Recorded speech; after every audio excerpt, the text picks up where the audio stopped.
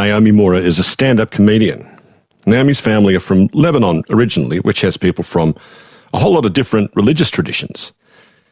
But instead of being brought up as a Sunni or Shia or as an Orthodox Christian or a Maronite Christian or as a Jewish person, Naomi's family were Jehovah's Witnesses. And Jehovah's Witnesses are pretty distinct from mainstream Christian denominations. They believe the destruction of the current world system at Armageddon is really close at hand, and that the establishment of God's kingdom on earth, as they see it, is the only solution for humanity. And this meant that Naomi grew up at a distance from people outside the faith. And like her parents, she expected the world to end at any given moment, and that it wasn't going to be pretty. And then Naomi says she woke up, and she left the Jehovah's Witnesses. But she lost quite a lot in the process, and she was shunned from the only community she'd ever known, and for a long while she became something of a stranger to her father. But it turns out that when you no longer think the end of the world is nigh, well, then you can start thinking about the future again. And you have to figure out who you really are. Hello, Naomi, welcome. Hi, Richard. Thank you. Naomi, when I was a kid, I thought we were all going to die in a nuclear holocaust. When you were a kid and you saw pics of the end of the world, what did those pictures look like? Well, I guess they were a bit less nuclear and more kind of fire raining down from heaven. So there was always pictures in materials when they were wanting you to kind of picture what Armageddon looked like. There was fire coming down from heaven, buildings collapsing, and almost always a group of people who looked modern. I don't know. They looked, they were tattooed. They were wearing tight clothes. It was very it was meant to indicate, bad people. Hipsters. Yes, hipsters. Lots of fire coming down from heaven and buildings collapsing. So, yeah, you kind of got the indication that if you looked like these people, you were probably going to die at Armageddon. And what were you told would happen to faithful Jehovah's Witnesses in that moment of tribulation?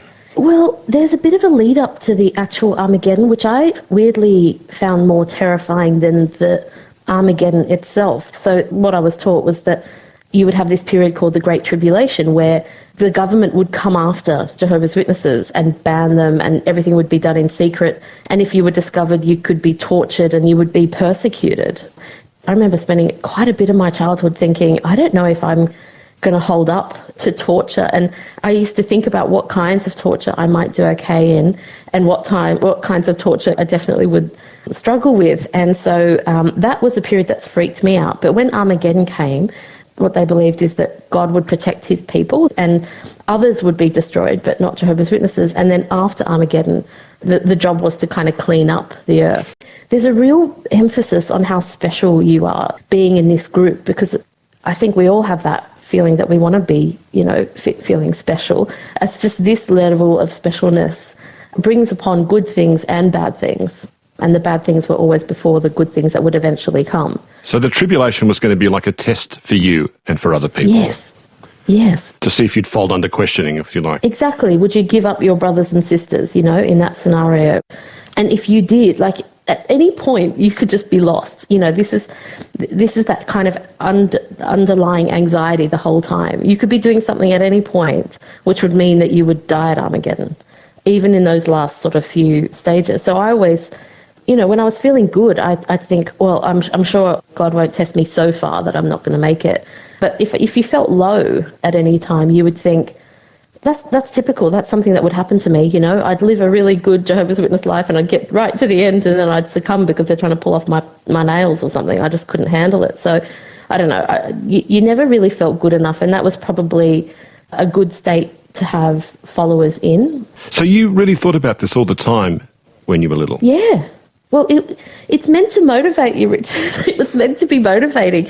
You're meant to think, this is awful, but that's okay because Armageddon's going to come. Or if you're going to be positive about it, you'd be like, we need to save people from Armageddon. So yeah, that is quite front of mind. And as a child, you're looking at a lot of imagery.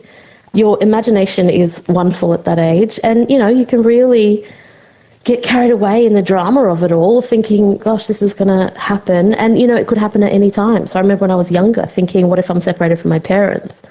I don't know how I would kind of go with that. So if you think this is about to happen any moment, yeah, and that your group is the only group with the knowledge and understanding of what's about to happen. Yeah. And everyone else is either too wicked or too stupid to see the revealed truth. What does that mean when it comes to interacting with the rest of the world, the people who don't accept the truth of what's being put to you as a young Jehovah's Witness? Yeah, it's not great. It doesn't set you up for connection, because what happens is you feel either pity, where you want to help them, so you preach, right? That's your solution, that people deserve to know that. So there's that element of pity, I guess.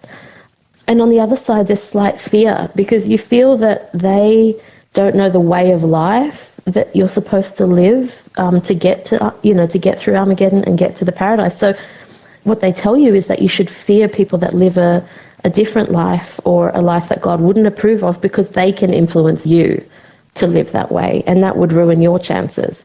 So there's this sort of combination of a number of things that will make you put everybody else who isn't a Jehovah's Witness in your life at arm's length, because you're kind of half scared of them and half feel sorry for them. And actually, when I was quite young, I remember thinking, but these people are good. Like, how could God destroy people that are good? And I think when you start to wake up to what some of that reality is of, like, destroying everyone but Jehovah's Witnesses, that's a lot of good people. And I just couldn't get my head around why that would happen or how. And I think that did motivate me for a while to want to tell people so that they weren't going to be destroyed. Some years ago, Naomi, I interviewed a woman who'd grown up in this fundamentalist cult, and they lived in their own community. And she said that one afternoon she came home from school and everyone was off at a meeting, and so there was no one around, and she thought, oh, the rapture's happened and I've been left behind. Oh, everyone else has gone up to heaven, but I've been left behind. Now, I wonder if you got any nasty scares like that when you were little. Nothing as dramatic as that, but what happens when you watch the news? And I certainly think Jehovah's Witnesses and other religions, perhaps, including my parents, watch everything that's happening now. Like, I mean, I don't believe in the end of the world, but I could be convinced watching the news at the moment that actually things aren't great. There's so much happening, a lot of which is described in the Bible. You've kind of got your pestilence, and you've got war, and you've got, all those things that they say is a lead up to the end of the world. So I don't know if there was one big incident, but even now, if I'm talking to my mum, she will sometimes, refer to, this has got to be it, right? This has got to be it, because this is crazy, the world that we live in. And, there's that sort of small voice in me that's like, yeah, it is kind of crazy, but I haven't reached the same conclusion. So if you think the end of the world is nigh, and like around the corner, like it's going to be arriving in a day, a week, or a month, yeah. Does that mean you just don't bother with having a career, or planning for a career, or planning for a future? It's a really big thing, actually.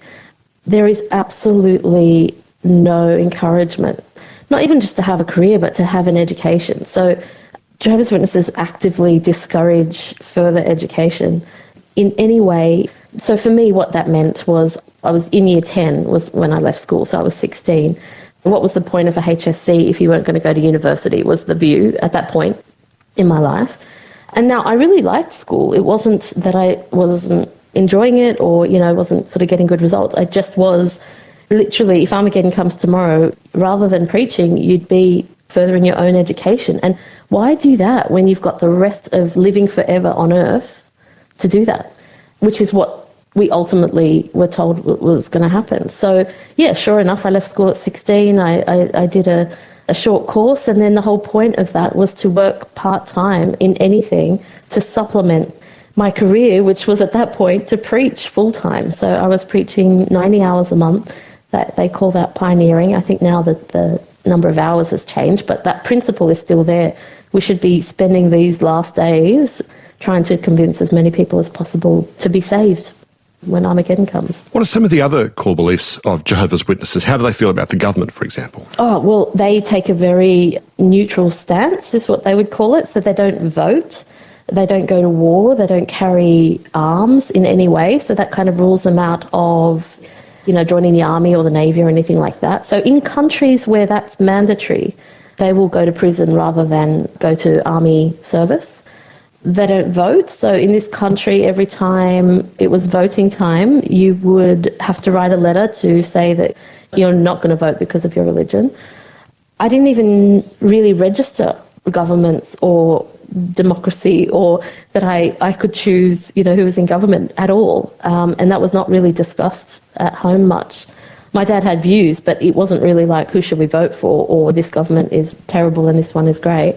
And one of the weirdest things I remember after I left was standing at a poll booth in Sydney trying to vote. And I mean, objectively, even if you're not a Jehovah's Witness, those forms are something else. I just was like, this is like a scroll. This is like an ancient scroll. I'm supposed to try and figure out. I just hadn't done the research. I hadn't really understood who was what and what it all meant. It's quite an overwhelming, and you feel really stupid, like you're like an adult, but you're walking amongst, you look like you're supposed to know, but you just really don't know. And so there's quite a big gap of knowledge there. So if there's a fair bit of shunning of the outside community, though, does that mean within the community, what's the feeling like? Is there a lot of warmth? Oh, yeah. I mean, and I think if you talk to different Jehovah's Witnesses, they might have different experience, but my experience was, we call it being love bombed. Do you know what I mean? Like, you could, if you rocked up now to a Jehovah's Witness meeting, you would be love bombed. People would come up, they'd introduce themselves, they'd check in to see how you were, they would, follow up, they'd want to keep in touch. Like, they create such a tight-knit community. So when you're in it, it's like the warmth of like a warm thing. But if you start to do anything which would give them the impression that you were suddenly not someone who would be good to hang out with, the water very quickly starts to go cold. You're still in it, but you will feel distance. And then obviously that just turns to ice as you decide to leave. So it there's different levels of inclusion in that warmth, but they do create a very tight community. I know that my family contribute quite a lot to that community. Like, my mum definitely looks out for the older people in the congregation. She definitely supports people that are struggling in their lives. Like, she will go and pick people up and take them, and not just related to the church, but just to have in their lives. So there's a real kind of tight-knit community. And I think as immigrants in Australia, I think my parents benefited from that automatic community, that you don't have to really make, and you feel safe in it. So how old were you, Naomi, when you started going door to door, handing out copies of the Watchtower?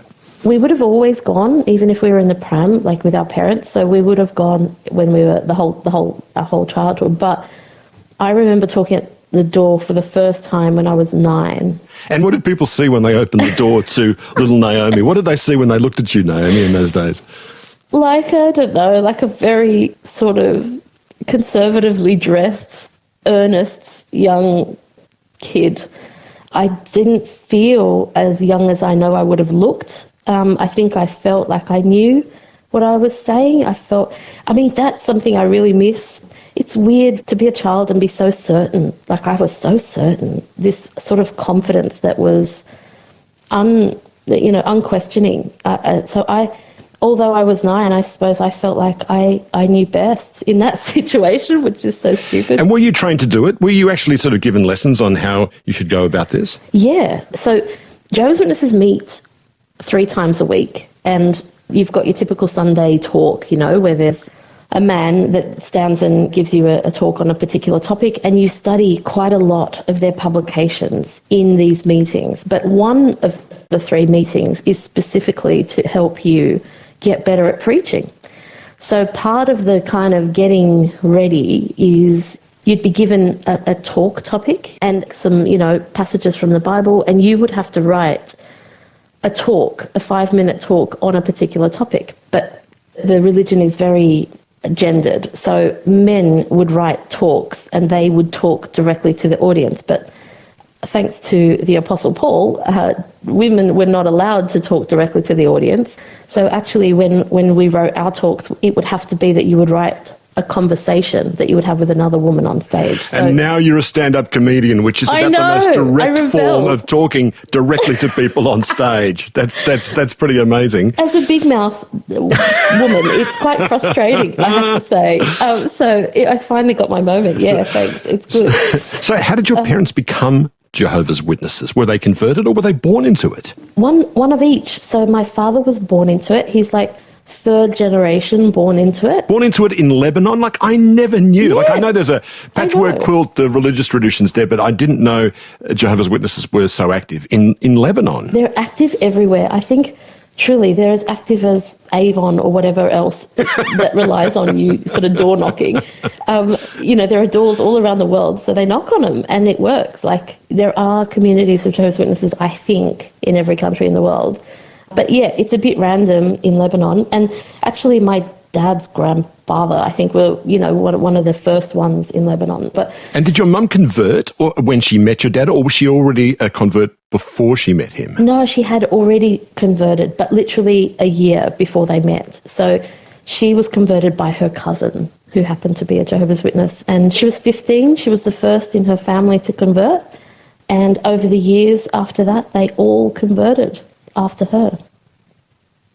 They were Greek Orthodox and they went to be Jehovah's Witnesses. Then they migrated to Australia. What kind of environment did they create at home once they had moved out to Western Sydney? Well, I guess my father has got quite an authoritarian approach to his family. He worked a lot, he worked like 7 days a week. He was mostly a bit mixed when he was at home, so he could be quite short-tempered and angry and, wanted everything his way and, very much controlling of the house and my mum and the money and all of that stuff. But he was also very charismatic. He's got a good storytelling, funny sense of humour. He was good to be around, but then he had this also difficult dark side that we kind of all got to experience. So that was always a difficult thing. And I think my mum really so my mum came to Australia not really even knowing where Australia was or how to speak a word of English. So, she really had to transform her life when she got here. And because she had young children, it took her a while before her language kind of kicked in. But even though she couldn't understand necessarily all of the content that was happening in the Jehovah's Witness environment, she would go there for community. And that's what I think supported her when she would have been very lonely and away from her family and scared and all those things that I think immigrants feel when they move the other side of the world. When the church started, it started making some pretty emphatic claims about the date of the end of the world, and those dates came and went. Was that spoken of in the family, and did that cause some kind of confusion or distress within the family when those critical moments came and went? Yeah, look, I wasn't around when that happened because they kind of stopped in the 70s. I think they cottoned on to the fact that if you don't put a date on it, you don't stuff up as royally. So just, I think, 2 years before I was born, so probably my older siblings would have more of a memory of it, that they had estimated that the world was going to end in 1975. And a lot of people sold their houses, did a whole lot of dramatic things thinking this is it, and then it didn't happen. So I think there was a bit of fallout in a religion after that. But like I say, they haven't really done that since. They kind of allude to this is it, but they don't give us, they don't give dates anymore because I just think that they know better now. So you've got older brothers who, as they grew up, they left the Jehovah's Witnesses. Yeah. What effect did that have on the family when they did that? Well, possibly my oldest brother, he was the first to go, and there's 11 years difference between me and him. So when he ultimately rebelled, I think he always really struggled to fit in the religion, always had an eye out into the world, if you like, about other things he could be doing. And he really rebelled against my dad, who was probably at his worst and most controlling when my eldest brother was rebelling. And so there was my memory of it is a big fight. There was a lot of tension in the house always, but it ultimately culminated in a big fight.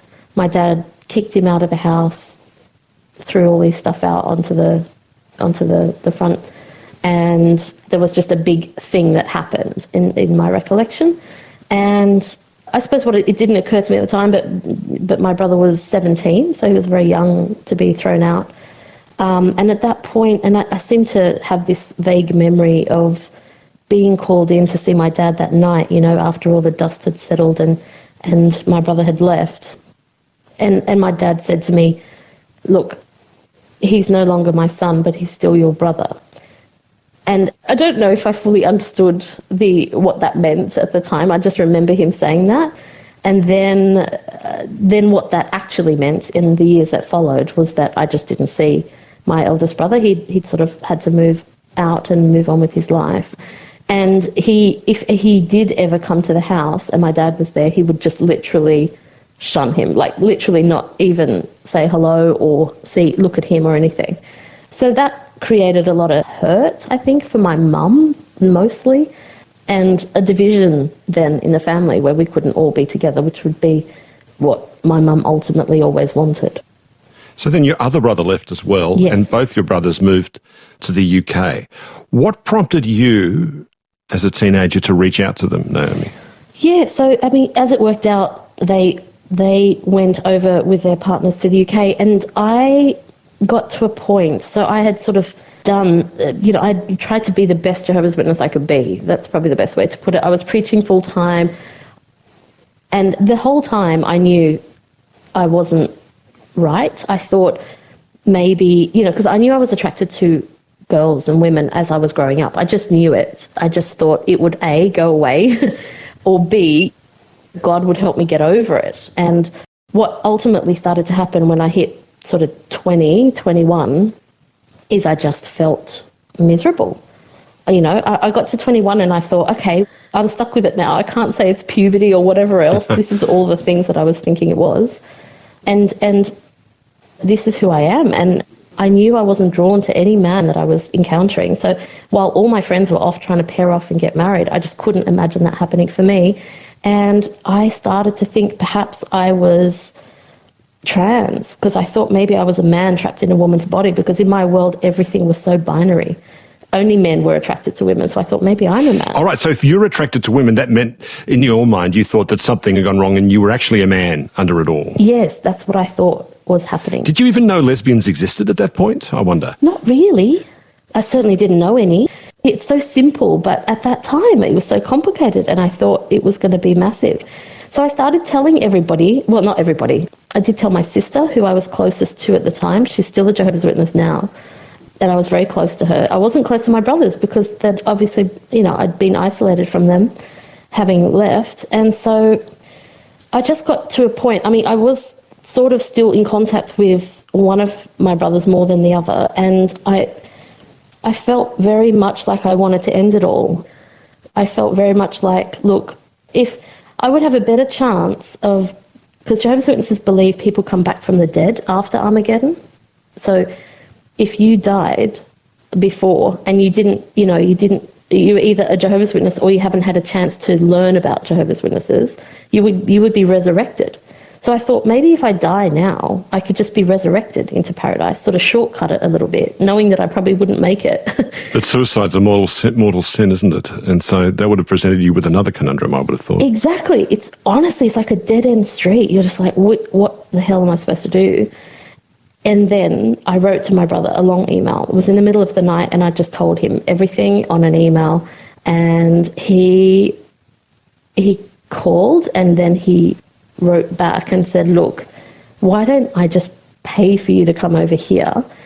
Just spend some time away from it all. Think about what you want to do, and then, you do what you've got to do, but you can have some of that time and space, because Jehovah's Witnesses, as they see you questioning, they hone in on you. So they bombard you. They tell you, they actively discourage you to spend time alone, because that's when the devil creeps into your mind. So if you do just need some time to think, it's not the best scenario to be in. It sounds like your brother saved your life there, Naomi. 100%, no doubt about it. Because I don't know what else I would have done. Because I didn't think I could continue living a lie.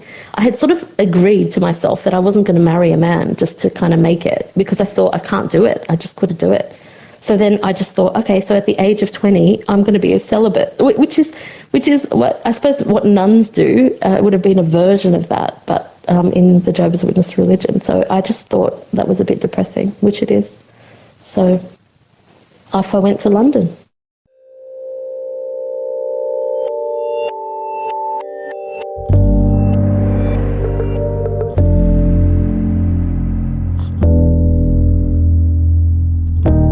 This is Conversations with Richard Feidler. To find out more, just head to abc.net.au/conversations.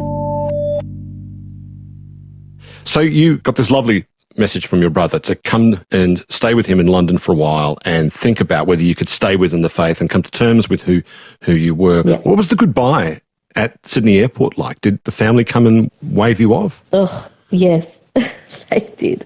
They did. So I had a bit of a turnout, and my family were there and my closest friends were there. And I think because they sort of knew that I wasn't going to come back, but I was saying all the right things, that I was going to come back and that I would go to the meetings in England and all these things. I genuinely thought that's what I was going to do, but I think they kind of must have known better.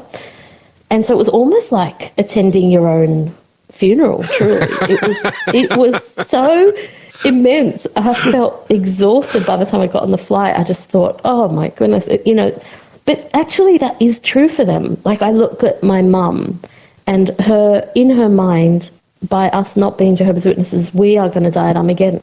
When I first told her that I was, leaving, she would cry every single time at some point during the conversation. Oh, so she thought you were getting on the plane to hell, in other words. I think they hoped not, but I think they knew that it would, yeah. I mean, they don't believe in hell, Jehovah's Witnesses, I should quickly say. They don't actually believe in a burning, fiery pit of eternal torture. Really? They believe in death. They just believe that you die and you no longer exist. Also, the distinction then is Jehovah's Witnesses, they rise up, so they have immortality, yes, but everyone else dies. And that's it. That's right. So the stakes are incredibly high then. Yes, they are. And certainly when I went to London and I went to a lesbian bar and discovered, it took a couple of goes, that I thought, oh, okay, maybe this is it. Maybe that's all it is. I can be a woman and be attracted to other women. It's kind of that simple. And it's not so mind-boggling, and it's also not so hard. And I can just do that. I can just have a relationship with a woman, which has felt to me like the most natural thing in the world. Naomi, how much courage did it take for you to walk into a lesbian bar in London? It takes vodka, and it takes my brother and his girlfriend coming. It takes, it took a bit more. I didn't just walk in by myself. So when you got to London, you told your brother, you said, I think I am same-sex attracted. And how did he respond once you told him that? Well, both my brothers were there, and I had actually told them I thought I was trans before that. And so we were kind of looking at what that would mean. And I think it was their idea to say, why don't you come along to this gay bar before we go down that path too much? And sure enough, that was the thing that helped. Their response always has been incredibly supportive. I mean, not even for a second did I feel any reluctance to talk to them about it. They've always been very open. And that process of kind of unlearning all the doctrinal stuff, I did that with the support of them and their partners, and, just starting to see what a normal life could look like. And when you walked into that bar, did you feel like you'd found another tribe, or was it just too soon for all that? I mean, you walked out of one tribe, but here was another one with its own codes of behaviour and its own forms of communion, if you like, if that's the word for it. How did it feel? Intimidating, and I did not find my tribe in that first time. That first time, I still felt like a Jehovah's Witness at a gay bar. It's horrific. And you're like, what if Armageddon comes right this second? And I don't know, 6 drinks in, this is it, I'm gone. And that's the other thing, is the whole fear of Armageddon did not go even after I had relationships and had left the religion officially. This is what I thought. I thought, I'm just going to live my best life. When Armageddon comes, I'm just going to die at Armageddon. I gave it a red hot go. So that actually took me a lot longer to deprogram some of that very deep-rooted belief system, even after I was living a life that was nothing like a Jehovah's Witness. Was there aha moment, a moment when you thought, actually, I don't believe this anymore? Maybe what it was is someone else was talking about something they believed. And of course, Jehovah's Witnesses, like every strict religion, believes everyone else is wrong, right? And that you're right. And then when you hear someone talk passionately about something that they thought was right, and you can just go, that's rubbish, isn't it? Ultimately. And then for a minute, I just thought, oh God, what I believe is rubbish. Actually, it's all rubbish. Actually, they're not the best people in the world. Actually, all these things that I thought it's not actually true. But it happened after I really grappled with my own identity and my own sexuality. That happened as a separate piece. That was it. It was like, on one hand, who am I? Who do I want to be as a human being having relationships? And then separately, it was, who am I? What do I believe? And that's when I realised that so much of my thinking is already shaped by the religion. I would do this, I wouldn't do this, I would watch this film, I wouldn't listen to that sort of music.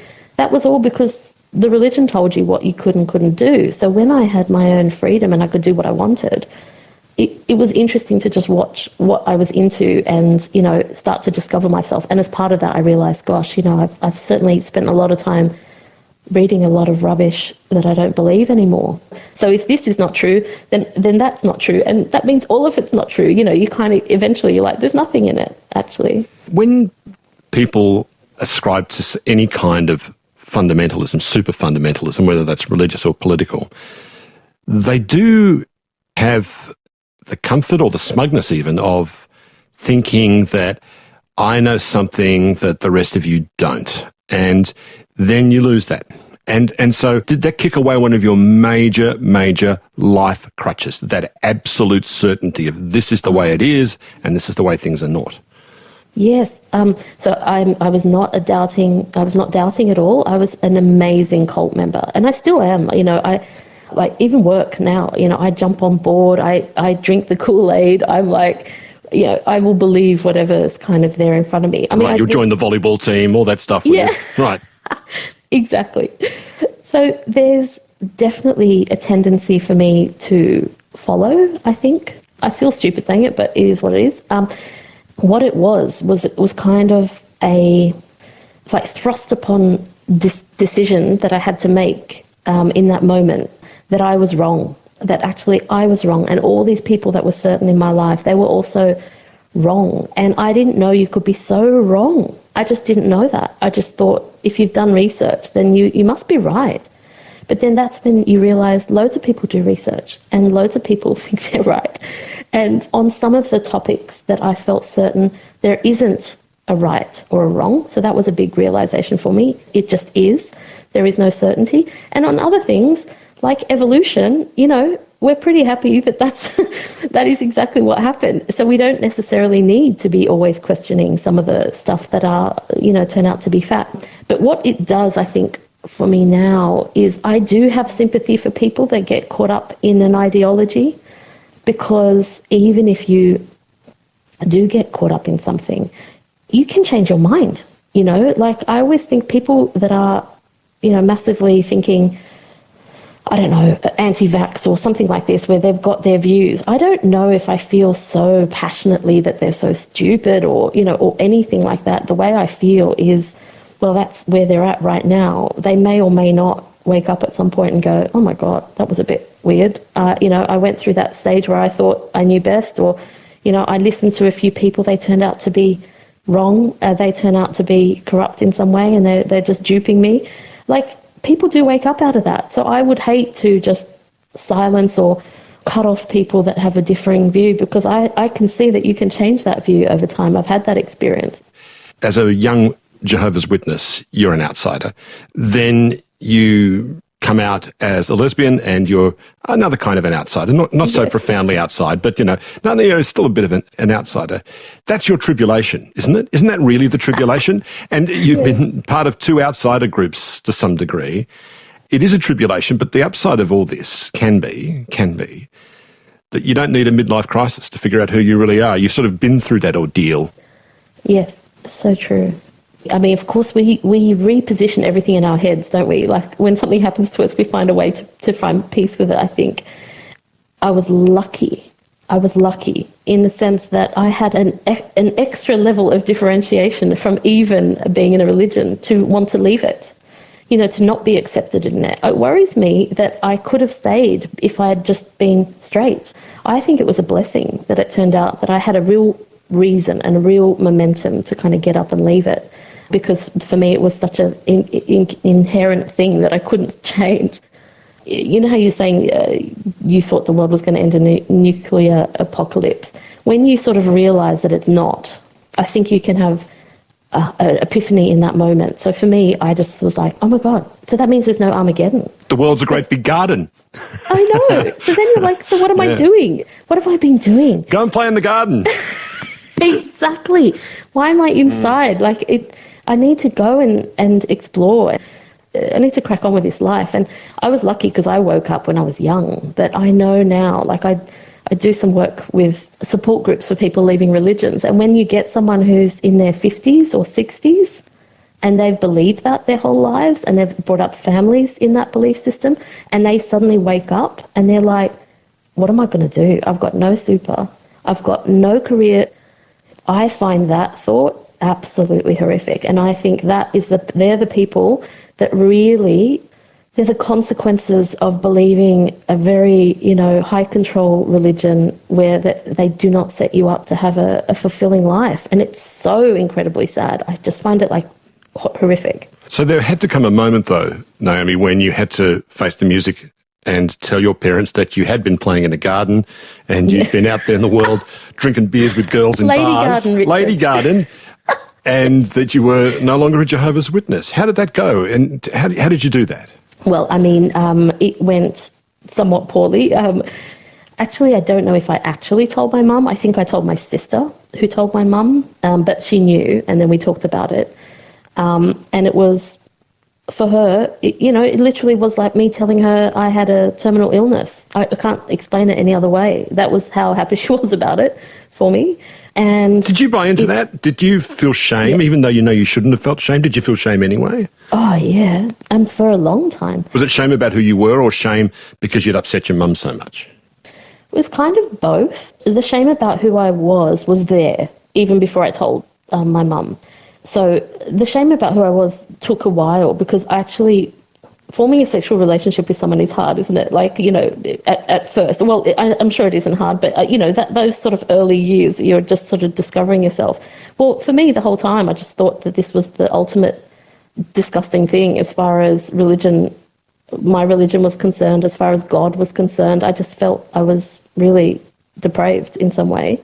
So I didn't feel that comfortable in it at first. And so then you add to that my mum's view of it. And of course, I look at everything through that lens and I was not proud.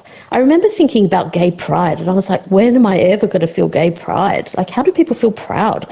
I would say I accept, but I didn't feel proud. That's like another level. And so that took me time. It did take me a few years to kind of get to that point. My dad was a bit different.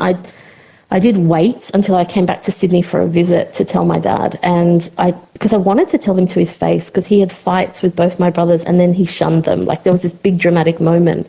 And I'm not saying that I wanted a dramatic moment, but I kind of think I did. I wanted to have a fight about it. And so when I went round, I had dinner with him. He was on his own. My mum was out, and I said to him, you know, I'd met someone, and I said, you know how low I was before I left, but I'm much happier now, and I've met someone, and this is how it is. And he said, is it a woman? And I said, yes. Wow. Not expecting him to know that. I know. And then he said, well, you know what I think about it? I think it's disgusting. I think, you know, and just sort of very calmly said that. And I said, look, I know that's how you feel about it, but I just wanted you to know and I wanted to tell you, so, you know, I've told you. And then we carried on with dinner. And he said goodbye and I left. And I remember at the time going, unbelievable, that went so well. I can't believe how well that went. And by the time I come round again to see them, he was a bit more distant. And then the next time he wasn't, you know, he would just say hello and he would kind of go. And then I think eventually, by the time I was ringing the house, he was shunning me as well. But it seemed to me that he couldn't quite bring himself to have a fight about it. He just faded out and did it that way, which I was a bit annoyed about, I have to say. Are there aspects of being a Jehovah's Witness that you miss? Sure. I mean, I suppose I miss the certainty of thinking that I know, because I just feel the whole time now I don't ever know anything with certainty. Because things change. But even though I miss that, I don't really miss it. I just miss not having to think about everything. Every single time something happens, I have to think, what do I think about that? What's the truth? I miss the simpleness of it. Everything's so black and white, you just kind of go along with it. You don't have these moral decisions to take all the time. And I miss some of the people, although one of the hardest things about leaving something like that is the realisation that those people have only really loved you conditionally, and it's not their fault, but that is the truth. I mean, they cannot love you unconditionally, because that means loving you beyond their beliefs, and they don't. They love their belief. What do you make then of what your dad said and did? Like, he didn't kick you out. Like, he said horrible things, but Yep. He didn't kick you out. What's going on there, do you think? I don't know. I think he liked that I told him directly, and because my mum wasn't there, sometimes I think he performs for her. If she's not there, then who's he doing it for? What's he arguing with me for? Sometimes I think he uses us to hurt her, and in this particular opportunity, he didn't have the opportunity to do that, so I don't think he knew how to totally handle it. And how are things now? Yeah, things are weird now, because so he didn't really talk to me, but I lived overseas then for like 11 years. So I didn't really get to see him much during that time. Then I came back to Sydney, and again, he still wasn't home when I came over, or, I only really saw him once in about 8 years. And then I didn't see him again much after that, because I would meet my mum outside the house. And then, of course, COVID hit, didn't it? And we had that toilet paper shortage. I'm really sad that this is the story, but it is what it is. And I happened to get some toilet paper where I was, and I knew Mum and Dad were running low. So I messaged Mum and I said, look, I can bring it round. It was lockdown, right? So everyone was at home. But, me and my 18-pack of 3-ply Kleenex, I thought, so I'm driving down to see them. And I don't often come to the house because I was seeing Mum out of the house. And so I knocked on the door and I thought, he's definitely going to be home this time, so there's no avoiding it. It is what it is.